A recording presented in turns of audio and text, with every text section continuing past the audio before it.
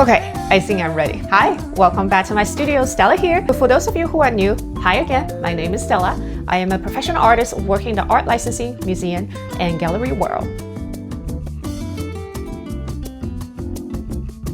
But 20 years ago, I started out as a fashion accessories and handbag designer. The last 7 years, I actually ran my own fashion consulting boutique in New York City, servicing quite a few major, brands. So what happened to that career? It died back in 2021 because I experienced my very first onset of lupus. So you may ask, what the hell is lupus? It's an autoimmune disease where your own immune system somehow mistakenly attack your body. Me. Why does that happen? Nobody knows. So next thing I knew, I practically lost everything. We're talking about a 20-year career, all my savings, my medical bills are ginormous, and also all the emergency runs because I literally ran through doctor after doctor after doctor and no one could figure out what's wrong with me because a lot of times with autoimmune disease, you literally have to go through a process of elimination.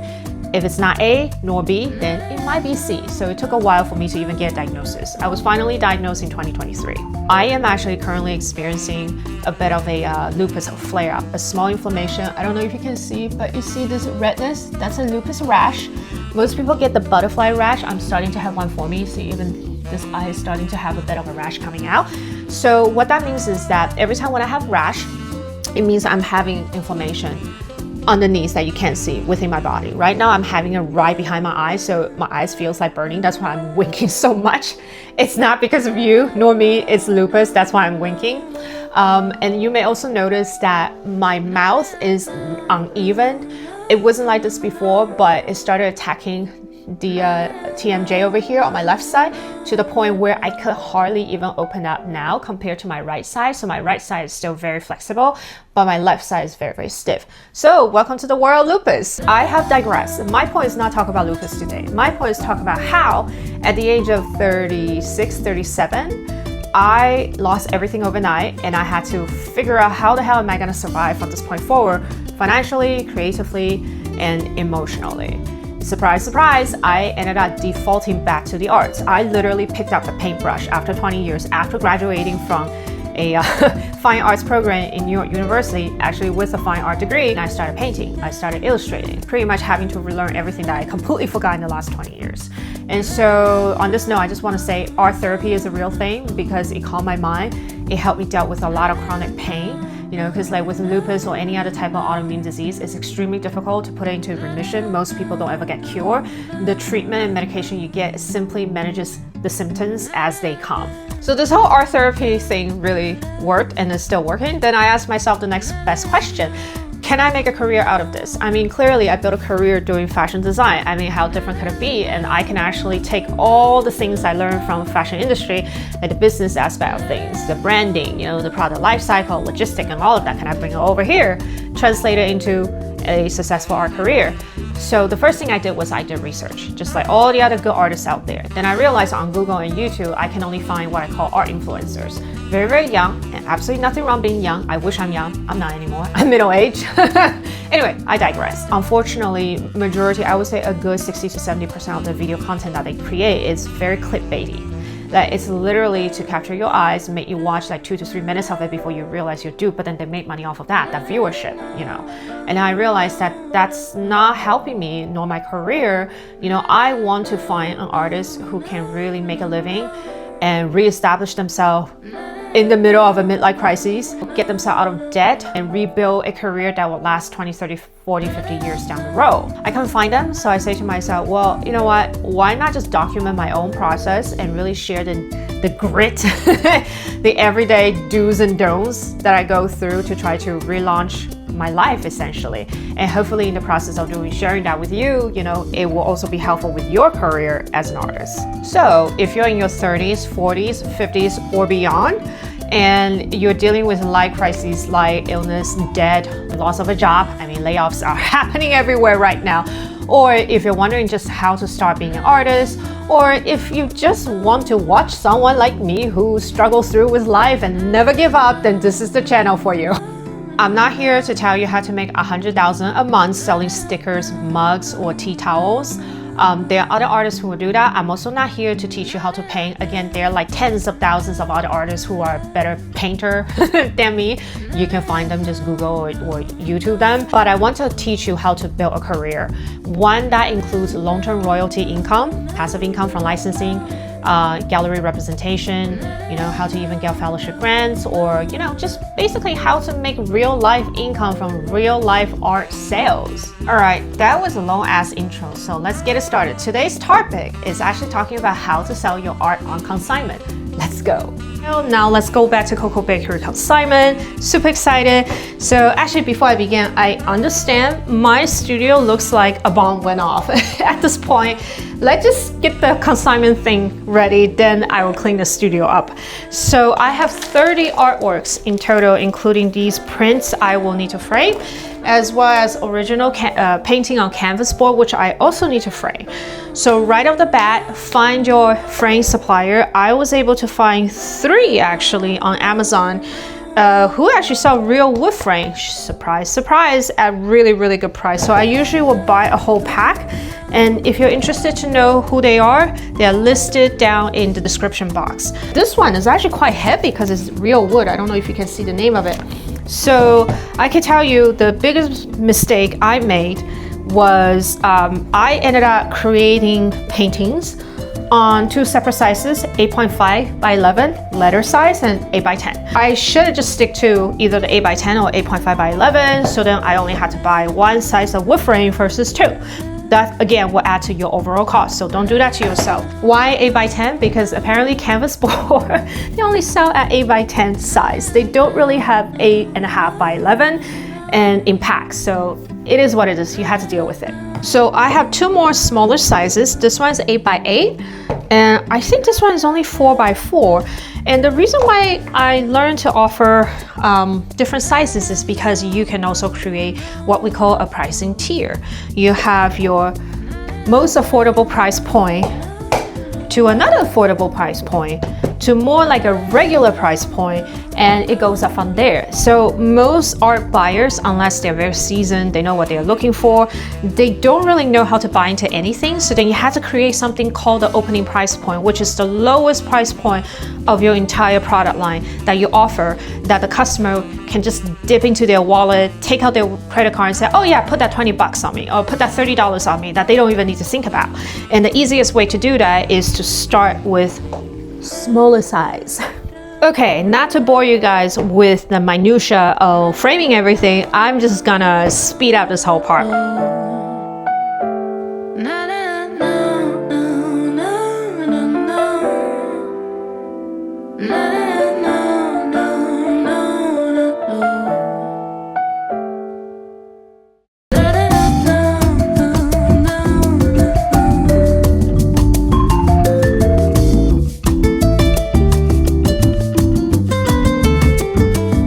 So I actually like to keep these little corner supports, corner guards, I don't know what they're called, because I keep them for shipping, and if you buy them separately, they actually cost a lot more money. Somebody asked a really good question online, I think it was on Reddit, and the question was, what type of frame can you use for a canvas board? So this is actually a canvas board. If you look at it, it has a certain thickness, about 1/8 of an inch, so maybe like 3 or 4 millimeter. Regular frame like this, for paper, like watercolor paper or photograph, is not going to fit. So what I have learned is if you buy a 8 by 10 frame and you take out the glass itself is about 1/8 of an inch. You take out the glass panel, then it will actually fit the canvas board perfectly. Here's a frame with the glass. I'm gonna take it out. Glass is over here. Real glass too, not the plexi one. Now, if you look at the side, I don't know if you guys can see it, but it's a little bit, the glass is a little bit thinner compared to the canvas board depth, maybe by 1/16 of an inch, but this is actually gonna be enough if you just put this into the frame. I don't know if you guys can see it, but there's enough room for the backboard to actually go into. So now I'm gonna put the backboard back. See that? Now I'm gonna put the little arm into that little slot, and it fits. just like that.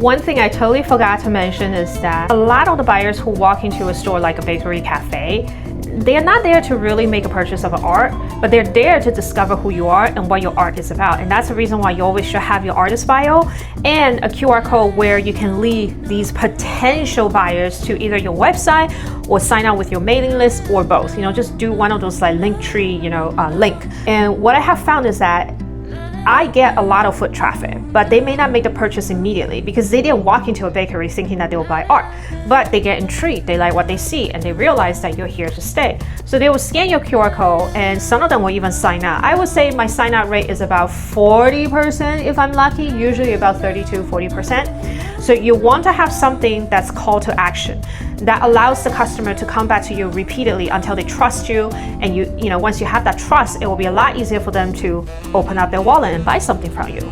If you can hang your artist bio on the wall, then you get this acrylic sign holder. I like to use these little Velcro stickers that you can also get on Amazon. By the way, everything that I'm showing you here, their purchase links are down in the description box below. So one of the things about Coco Bakery is that they have a very beautiful wallpaper pattern, which I don't want to damage. So instead of using screws and nails, I am actually using the Velcro sticker, which is non-invasive, and this is actually a hanger. And the way this thing works is that on the back side, you use a super elastic, kind of like a sticker strip. So you put one piece of this onto the back side of the hanger, and you just press it against the wall for about 30 seconds, and this thing will stick. And it can hang up to supposedly 20 pounds for this one tiny little hanger, and then it will just go in like this. It will just hang like that. Take it off the wall instead of like prying the nail off, creating a hole. You basically pull at the tab down here, pull it really hard, and it will extend until it peels off of the wall nicely and smoothly.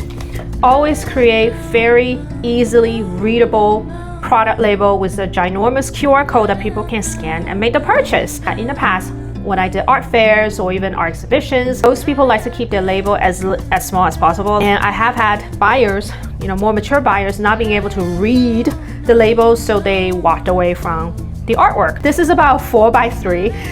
This is as big as you can go without really destroying the aesthetics of it. The QR code, I use Shopify platform to generate it. Depending on what your website platform is, for the most part, these major websites, selling website, e-commerce websites like Shopify, what's the other one? I can't remember. They should all have a QR code generating, function now. Everything is super simple. Always make sure your name is on it. Sometimes I did forget to put my name, and people are like, who's the artist? And because this is going to be put in a non-art setting, a bakery / cafe, so it's best that you provide as much information for the customer as possible so that the customers don't have to bother staff in the store and asking them things that they may not even be able to answer, such as, oh, do you know what medium did the artist use? It's written here, acrylic and watercolor. So literally make it as simple for the staff as possible. People are interested to ask me any questions, just text me my work phone or email me, and I'm more than happy to reply. So the whole idea is they see an artwork they really, really like, they scan the QR code, they go through a transaction, using Apple Pay or credit card, whatever it is. So after that, I would get a pin, and I told the staff to just text me to make sure that I got the money, and then the buyer can just take it off the wall and go home with it. Day 2. So after you saw the butterfly rash happening on my face on day 1, I had to stop working after 4 hours, and my body literally crashed, and I took a nap for about an hour. At this point, I cannot risk escalating any inflammation into a full body flare-up, which usually takes me about 2 to 3 weeks to recover from, and it usually ends up damaging my kidney in the long run. So this is a far cry from me working in fashion back in the day, where my average day was 12 to 16 hours work day. Do I miss it? Not really. So why do consignment if you already have opportunities coming from the gallery, museums, or even licensing world? Well, it's actually very simple. It's one of the most effective direct-to-consumer or B2C opportunities out there. So think of it as a focus group. You literally put in front of people your original paintings or your art prints and you get an immediate response, whether they buy it or they don't buy it. And also when you do consignment, you don't have to deal with complicated shipping and logistic problems. People literally buy it by scanning the QR code, and once you get the money, they take it off the wall and they go home. So like I said, consignment is your focus group. This is the place where you can test out different things like different subject matters, different colors, even different sizes of your work, corresponding to the price. Will an art print sell better at 8.5 by 11 at $25, $30 versus $50? Or an original painting, would it sell better at $500, $300, whatever it is. I even test out different techniques I'm trying out that may not be quite there for museums or galleries yet. I may even go from landscape to figurative to animal to floral just to see which one actually resonates with the public. And how do you know if something's successful? Well, it ends up getting sold in the store and you get paid almost immediately. So yeah, use consignment as a focus group and test your own metal.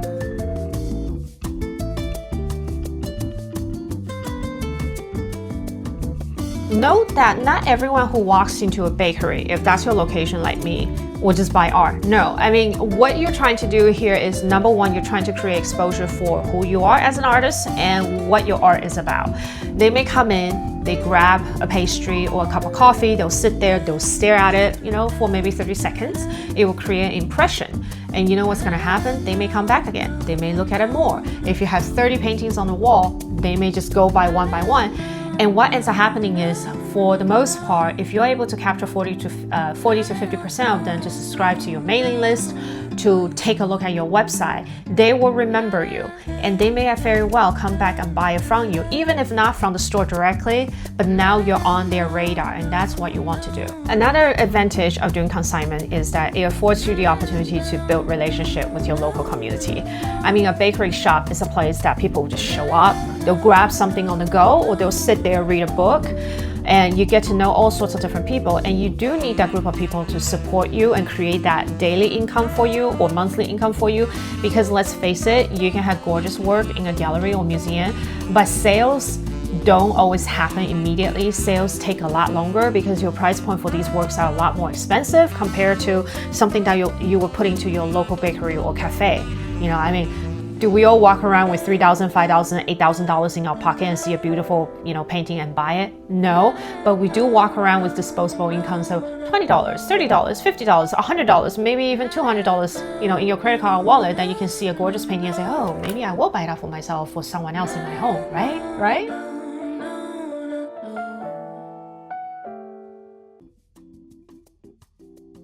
So how do you pick the right store? Very good question. I would start with your favorite local shops. Like for me, I'm a bakery, cafe type of person. I practically live off of caffeine at this point in my life.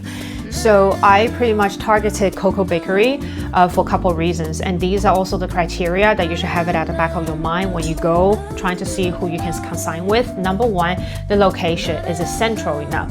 Cocoa Bakery is literally on Central Avenue of Jersey City Heights, which is the street with all the shops. So I know they have, number two, very good foot traffic. Number three, I go to Cocoa Bakery almost like 2 or 3 times a week. So I know their foot traffic in store. I also know the amount of kind of average dollars that her customers will spend, so then I will actually select the artwork that kind of fits into that price point to put it in the store. And am I number 3 or number 4? I can't remember. Anyway, number 3 or 4, what's the atmosphere, the ambiance of the store. Is it cozy? Is it fuzzy and warm? Or is it very modern, cold, blah, blah, blah. A lot of my artworks deal with florals and cutesy animals and a bunch of other landscapes. So I don't want something that's too modern for these type of work.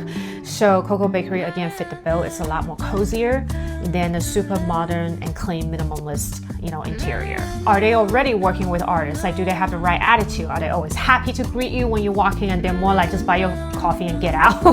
If they have the right attitude, then you know that there is an opportunity for you to approach them.